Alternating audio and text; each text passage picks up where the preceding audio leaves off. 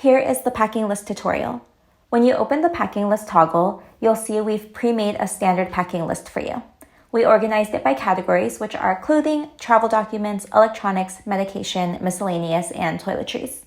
You can very easily add or remove any item that is not relevant to your specific trip. You'll also see here that there are 4 luggages that each item can be assigned to: check-in, carry-on, personal item, and camera bag. You can also add or remove luggages as well. This section is particularly great for people who space out their packing over the course of the week or days leading up to the trip, so that you'll be able to keep track of what has already been packed and put away. Each item is automatically assigned to a bag, but you can simply switch the luggage by clicking on the Luggage tab. For example, toothbrush and toothpaste is assigned to checked bag, but if I want it with my personal items, I can swap it out by clicking here. Each luggage has an item count, and it will automatically adjust.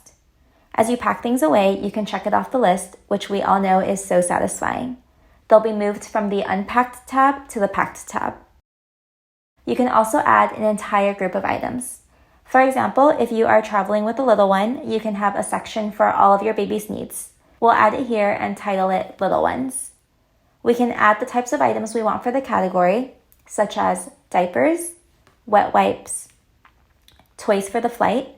Then I can add a new luggage, diaper bag, and assign all of the items to the diaper bag by clicking here.